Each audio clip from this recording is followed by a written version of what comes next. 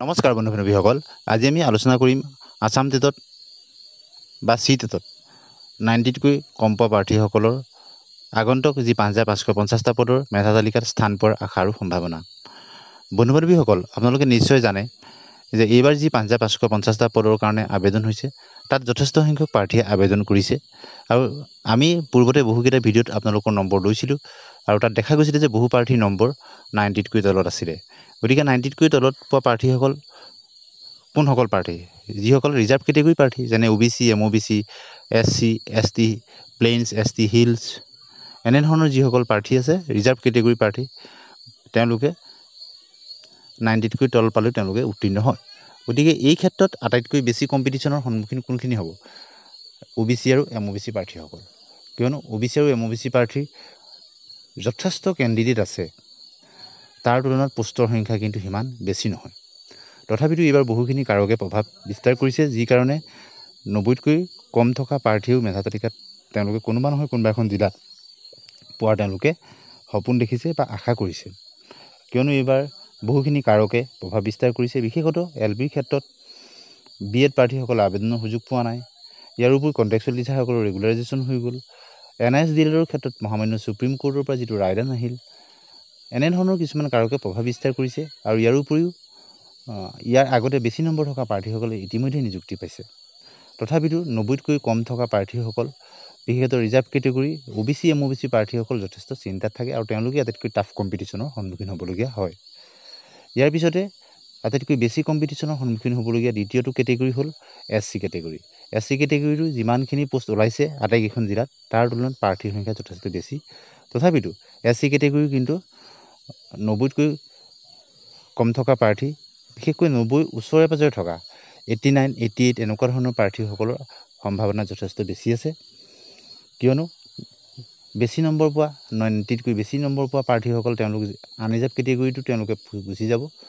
গতিকে SCৰ ক্ষেত্ৰত 90তকৈ কম নম্বৰ পোৱা বহু প্ৰাৰ্থীও মেধা তালিকাত তেওঁলোকে স্থান পাব।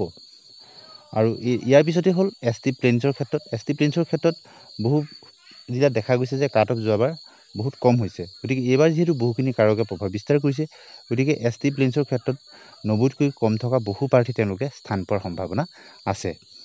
আৰু ST হিলছৰ কথা ক'বই নালাগে, কিয়নো ST হিলছৰ যিমানখিনি পোষ্ট ওলায় সিমানখিনি কেণ্ডিডেটেই নাথাকে। গতিকে তেওঁলোকে পাছ কৰিলে, সকলোখিনি ক্ৰাইটেৰিয়া ফুলফিল হ'লে তেওঁলোকৰ প্ৰবল সম্ভাৱনা থাকে এটা চাকৰি পোৱাৰ।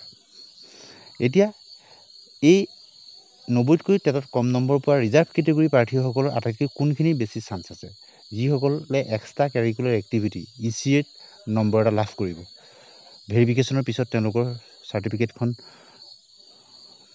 তেওঁলোক মান্যতা প্ৰদান কৰি যেতিয়া নম্বৰ এটা তেওঁলোকে লাভ কৰিব, যিসকল প্ৰাৰ্থী তেওঁলোকে চাকৰি এটা পোৱাটো প্ৰায় নিশ্চিত নিচিনা হৈ যাব। কিয়নো প্ৰত্যক্ষভাৱে তেওঁলোকে 5 নম্বৰ বহুতেই লাভ কৰিব। আৰু NCCৰ ক্ষেত্ৰত যিসকলৰ B চাৰ্টিফিকেট আছে তেওঁলোকে 3 নম্বৰ, যিসকলৰ C চাৰ্টিফিকেট আছে 5 নম্বৰ লাভ কৰিব। গতিকে আপোনালোকে নিশ্চয় বুজি পালে। ইয়াৰ উপৰিও PWD প্ৰাৰ্থীসকলৰ যথেষ্ট 90তকৈ তলত থকা প্ৰাৰ্থী হ'লেও তেওঁলোকৰ যথেষ্ট আশা আছে। ইয়াৰ উপৰি T-টাইপছৰ কাৰণে যি 3% ৰিজাৰ্ভেশ্যন আছে, T-টাইপছৰ ক্ষেত্ৰতো যথেষ্ট কম নম্বৰ থকা প্ৰাৰ্থী এবাৰ পাব। কিয়নো সমগ্ৰ অসমতে প্ৰতিখন জিলাতে T-টাইপছৰ কাৰণে ৰিজাৰ্ভেশ্যন আছে। গতিকে এইবাৰ T-টাইপছৰ প্ৰাৰ্থীসকলে কম নম্বৰ থকা বহু প্ৰাৰ্থী, বিশেষতঃ টেটত 90তকৈ কম নম্বৰ থকা বহু প্ৰাৰ্থী তেওঁলোকে এইবাৰ মেধা তালিকাত স্থান পাব আৰু এটা চাকৰি পোৱা প্ৰায় নিশ্চিত নিচিনা হৈ পৰিছে। গতিকে আজি আমি এই বিশ্লেষণটো আপোনালোকলৈ আগবঢ়াই দিলোঁ। আপোনালোকৰ টেটৰ নম্বৰ যদি 90তকৈ তলত হয়, 5550টা পদত আবেদন কৰিছিলে, তেতিয়া আপুনি জনাব।